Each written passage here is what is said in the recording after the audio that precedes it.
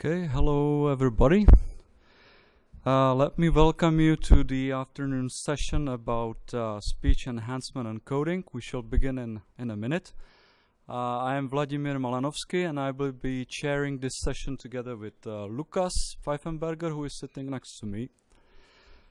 So let me just also welcome the remote participants, and let me remind you that you may write your questions to the speaker at any time, so feel free to do so, and we'll be happy to read your questions after the presentation.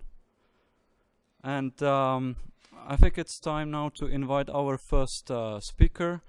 It's Mohammad Hassan from Aalto University, and he'll be presenting his paper about end-to-end optimized multi-stage vector quantization of spectral envelopes for speech and audio coding.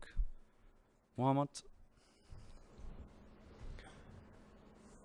Hello everyone, I'm Mohammad Hassan Vali, PhD student of Aalto University, and I'm here to present my paper with the title of End-to-end Optimized Multi-Stage Vector Quantization of Spectral Envelopes for Speech and Audio Coding. Speech and audio coding is a kind of lossy compression, and its main objective is to compress a signal into a given bitrate with the best possible quality.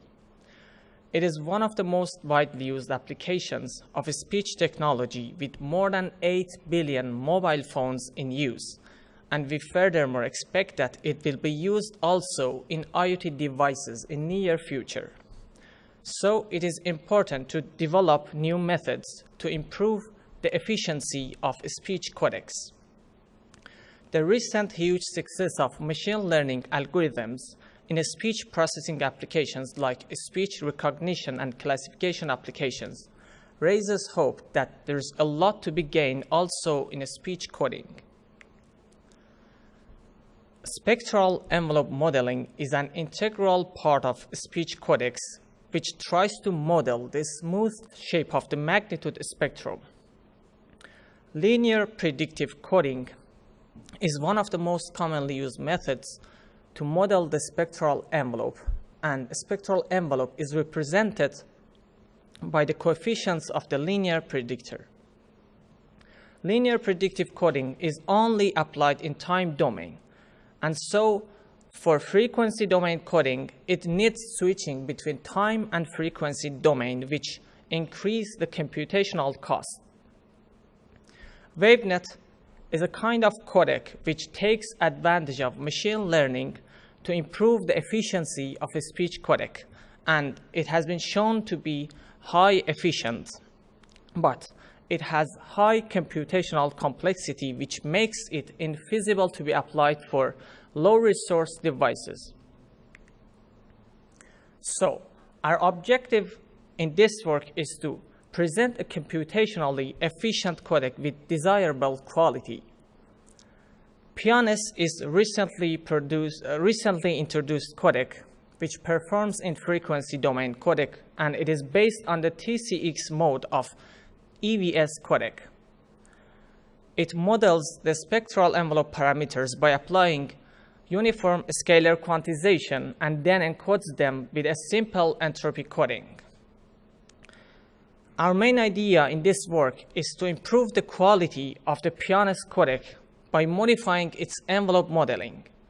So we encode the spectral envelope parameters by using multi-stage vector quantization, and we optimize all modules of the codec in an end-to-end machine learning optimization framework while minimizing a global loss function. The main advantage of end-to-end optimization is that our codec takes into account all complicated interactions between different modules of the codec. As a result, our proposed method has reasonable complexity, which makes it feasible to be applied for embedded devices. Vector quantization is the process of compressing the distribution of a signal with a specified number of bits or codebook vectors. The quantization process is shown in the following formula. For each input vector of envelope parameters x, we find the index of best matching codebook vector ck, which has the minimum distance to that input vector, and we quantize that input vector by replacing its values by the best matching codebook vector. Unfortunately, the algorithmic complexity of vector quantization increases exponentially with increase in bitrate, and it is m times 2 to the power of b. So, it is too complex to do, for example, 30-bit vector quantization in one go. Instead, we prefer to use multi-stage vector quantization, in which we break down these 30 bits into 3 sequential stages of 10-bit quantization. In each stage of multi-stage vector quantization, we quantize the residual or quantization error of the previous stage. So, the algorithmic complexity of multi-stage vector quantization is much less than vector quantization, and it is m times 2 to the power of b divided by L, and L refers to the number of stages. The overall structure of the encoder is illustrated in the following figure.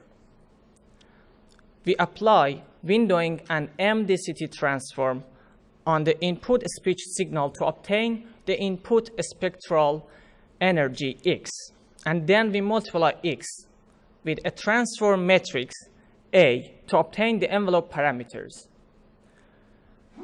Then we quantize the envelope parameters by multi-stage vector quantization, and then we multiply these quantized envelope parameters by another transform matrix B to obtain the spectral power envelope. The square root of a spectral power envelope is a model of variance of our spectrum. So we scale the spectrum with this square root such that it becomes approximately unit variance.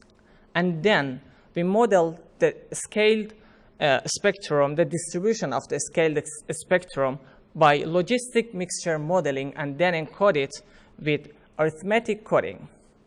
The quantization accuracy is chosen based on the perceptual model, which is adopted from EVS codec. We optimize all parameters of the codec, including transform matrices A and B, the codebook vectors of multi-stage vector quantization, and the parameters of statistical distribution in an end-to-end using PyTorch machine learning optimization library. Since the envelope modeling or vector quantization, since the bitrate of envelope modeling is fixed, so our loss function only includes the negative log likelihood of the joint distribution of logistic mixture elements.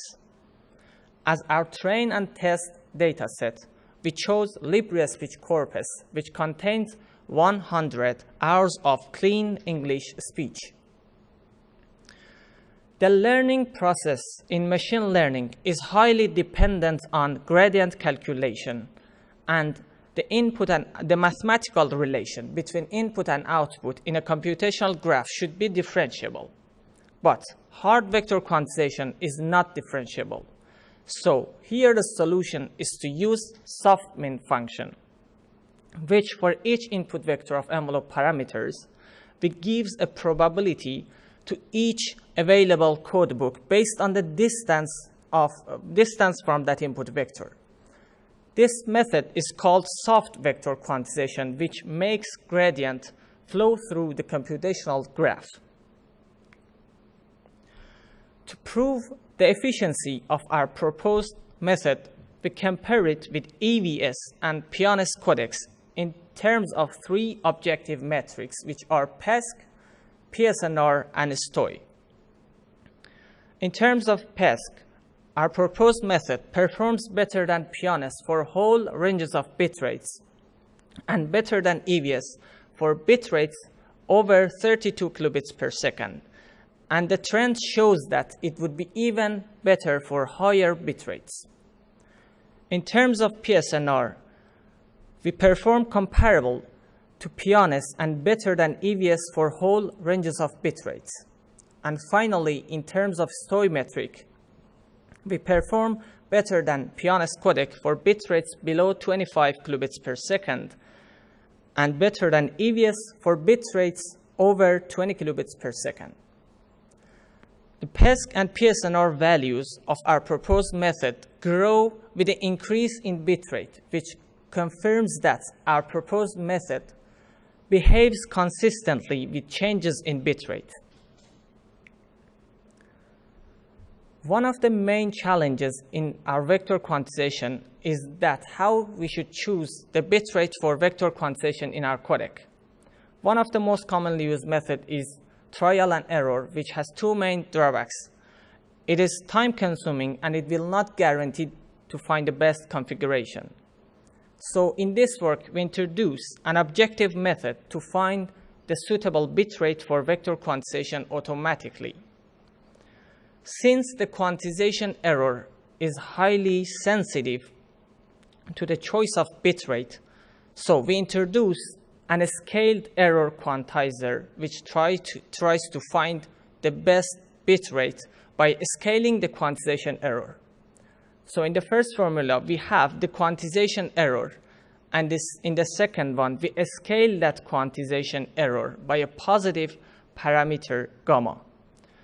Then by merging these two formulas, we have the third formula, which is a scaled error quantizer, and it is exactly an interpolation between the original input vector x and its best matching codebook vector ck when gamma has value between 0 and 1. When doing a scalar quantization at high rates, reducing the quantization error by half needs approximately adding one more bit. This is shown in the fourth formula, in which delta b refers to the changes in bitrate. But for an n-dimensional vector, we need to add n more bits to reduce the quantization error by half.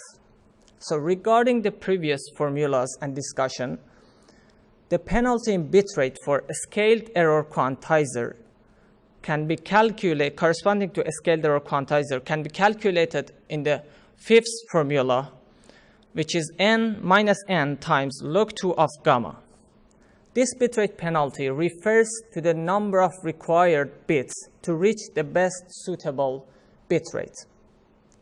We add this bitrate penalty to our loss function, and then we do the training operation. The gamma is as an optimization parameter, which is going to be optimized during our training process. And at the end, we have the final optimized value of gamma, and then we calculate the bitrate penalty. So one important point is that this scaled error quantizer is only used to find the best bitrate for our vector quantization, and it is not used for the main training process. To conclude, our proposed method improved the quality of PESNR codec by modifying its envelope modeling, and we model the spectral envelope parameters by using multi-stage vector quantization. We optimize all modules of the codec in an end-to-end manner in a machine learning framework, and we introduce the bitrate adaptation method to find the best suitable bitrate for vector quantization in our codec.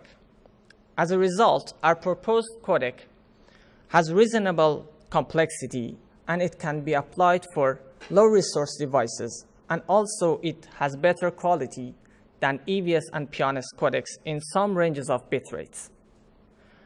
Finally, our proposed method can be used to improve the quality of EVS and PESNR codecs, and also to improve the design of future codecs. Thank you for your attention, and I look forward to answering your questions.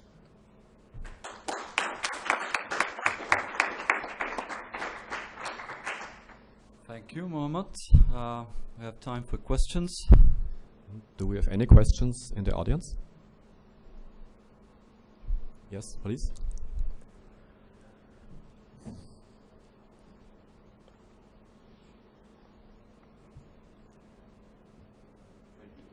Thank you for the really interesting presentation. So you used one data set to train and test, or did you actually experiment with multiple data sets to train and test your approach? So the data set that I'm referring to is the LibreSpeech data set, right? So did you also try other data sets like I don't know, broadcast news or something like that? No, we just used one data set, the LibreSpeech, and we used the train and test set of that for. Yeah, so would you expect that, for example, if you have more challenging background noise conditions, that the behavior might change? How well you can actually compress? I didn't really got the question. Yeah, so other audio sources have more noise than LibreSpeech. So if you have to deal with more noise, what would be your expectations from your algorithm? How would it behave? I don't have any idea right now, but we just tested it with a clean speech. Don't know if we should test it with, for example, in some noisy environments. But this is the only results that I got. We just tested it on clean speech. Maybe it would be more challenging for our codec to test it for noisy environments. But right now, I cannot, because we didn't have any tests on other datasets. I cannot tell or predict that how it would behave. Yeah. I also have one question, if I may. So I have seen that your method outperforms the EVS codec and also the PESQ codec on several metrics, but all of them, as far as I understand, are objective metrics. So my question is whether you have had a chance to do some subjective testing, for example, ACR test or Mushra or something like that. Because of we don't have enough time, we didn't the subjective test, but the PESQ is a subjective, an objective metric which tries to model the objective metric. So we just use this method as an automatic way to have this subjective metric, but we didn't test it on subjective metrics. Okay. And it was because of shortage of time. Sure. Since we have no questions in the chat, I also have an additional question. What is the overall delay of your codec? Overall delay of... So the frame length which you use to encode the speech. Could you please, I didn't hear you. Sorry, so what is the overall delay, so the overall frame size you use in your codec? The frame size, you mean the dimensionality of the frame size? Yes, exactly. The dimensionality of frame is 16, because we modeled that with, in this slide, I mentioned that, this one. We modeled the spectral envelope with 16 equal with bands. And what Lucas wanted to know, how long are your frames in terms of milliseconds? Milliseconds. Yeah, how many milliseconds do you use for each frame? 30 milliseconds, and the overlap was 20 milliseconds. Mm-hmm. Ah. Okay. I see, thank you. All right, let's thank the speaker again.